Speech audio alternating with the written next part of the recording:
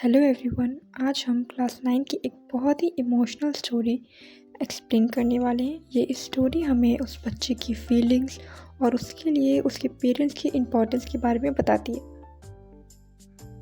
अगर हम कैरेक्टर्स की बात करें तो इसमें 4 कैरेक्टर्स हैं। पहला है चाइल्ड, बहुत इनोसेंट है, क्यूरियस है और ईजिली आसपास की चीज़ों जैसे अपनी सराउंडिंग की थिंग्स से अट्रैक्टेड हो जाता है। अपने पेरेंट्स को बहुत ज़्यादा प्यार करता है और उनके बिना हेल्पलेस फील करता है। मदर लविंग है, केयरिंग है और अपने चाइल्ड को प्रोटेक्ट करने का ट्राई करती है, उसे गाइड करने का ट्राई करती है। फादर स्ट्रिक्ट हैं पर प्रोटेक्टिव हैं। वो चाइल्ड की जो भी डिमांड होती है वो उसे मना कर देते हैं, पर वो उसके भले के लिए ऐसा करते हैं। इसमें चौथा जो कैरेक्टर है बहुत इंपॉर्टेंट है, काइंड मैन। एक स्ट्रेंजर है जो सिंपैथेटिक है, हेल्पफुल है। वो जो लॉस्ट चाइल्ड होता है उसे कंफर्ट करने का ट्राई करता है by offering him various things. इस स्टोरी की जो थीम है इसमें क्या है, पेरेंटल लव की इम्पोर्टेंस दिखाई गई है, इमोशनल सिक्योरिटी दिखाई गई है, चाइल्डहुड की जो इनोसेंस होती है उसे दिखाया गया है और मटेरियल प्लेजर्स की इल्यूजन को दिखाया गया है कि एक टाइम पे हमें जो चीज़ बहुत ज़्यादा अच्छी लगती है हो सकता है कि आगे चल के वो हमें बिल्कुल भी अट्रैक्ट ना करे। तो स्टोरी यहाँ पे स्टार्ट होती है। तो स्टोरी शुरू होती है एक छोटे बच्चे से जो अपने मम्मी पापा के साथ अपने विलेज फेयर यानी मेले की ओर जा रहा होता है। तो रास्ते में वो बहुत एक्साइटेड होता है इसलिए, और हर छोटी छोटी चीज़ उसका अटेंशन ग्रैब करती हैं, उसे हर एक छोटी छोटी चीज़ अट्रैक्ट कर रही होती है, जैसे कि मस्टर्ड के फील्ड्स हो गए, बटरफ्लाइज, इंसेक्ट्स और नेचर के और भी सारे ब्यूटीफुल सीन्स। वो हर एक चीज़ को देखने के लिए बीच बीच में रुकता है, इसलिए वो अपने पेरेंट्स से पीछे ही छूट जाता है नेचर को ऑब्जर्व करने के लिए। उसके जो पेरेंट्स होते हैं लविंगली उसको बार बार वापस बुलाते हैं और उसे वार्न करते हैं नॉट टू गेट लॉस्ट। ये हमें दर्शाता है कि जो उसके पेरेंट्स थे वो उसके लिए केयर और अथॉरिटी रखते थे। अब जैसे ही वो आगे बढ़ते हैं, चाइल्ड जो है एक के बाद एक चीज़ों से अट्रैक्ट हो रहा होता है। पहले उसे, फिर उसके बाद उसे एक स्नेक चार्मर देखता है जो फ्लूट बजा रहा होता है। बच्चा वहाँ रुकना चाहता है, उसे देखना चाहता है। अब दिखती है जो बहुत सारे अट्रैक्टिव टॉयज से फिल्ड होती है। उसका मन करता है टॉयज लेने का, लेकिन वो जानता है कि उसके पेरेंट्स जो हैं वो उसे मना कर देंगे, इसलिए वो ज़्यादा इंसिस्ट नहीं करता है और उसे छोड़ देता है। उसके बाद फिर उसे फूलों की दुकान दिखती है जिसमें जो सेलर होता है वो गुलमोहर गार्डन्स को बेच रहा होता है। वो उसकी तरफ भी अपनी डिज़ायर को एक्सप्रेस करता है अपने पेरेंट्स के सामने उसे लेने के लिए, पर उसके पेरेंट्स अगेन उसे इग्नोर कर देते हैं। और उसके बाद जल्दी ही उसे एक मैन दिखता है जो ब्राइटली कलर्ड बलून्स को बेच रहा होता है।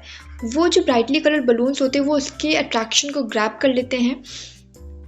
उसे भी एक बलून चाहिए होता है, बट अगेन उसके पेरेंट्स उस चीज़ पर कोई भी अटेंशन पे नहीं करते।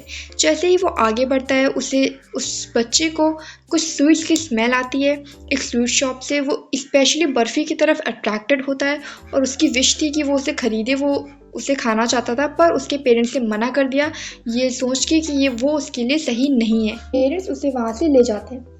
अब वो एरिया इतना ज़्यादा क्राउडेड था, लोग इधर से उधर घूम रहे थे, तब उसकी नज़र एक मेरी गो राउंड, एक झूले पर पड़ती है जिस पे वो बहुत स्ट्रांगली उसकी डिज़ायर थी कि वो उस पर बैठना चाहता था, उस पर राइड करना चाहता था, उस पर मज़े करना चाहता था। वो उससे डीपली फैसिनेटेड था।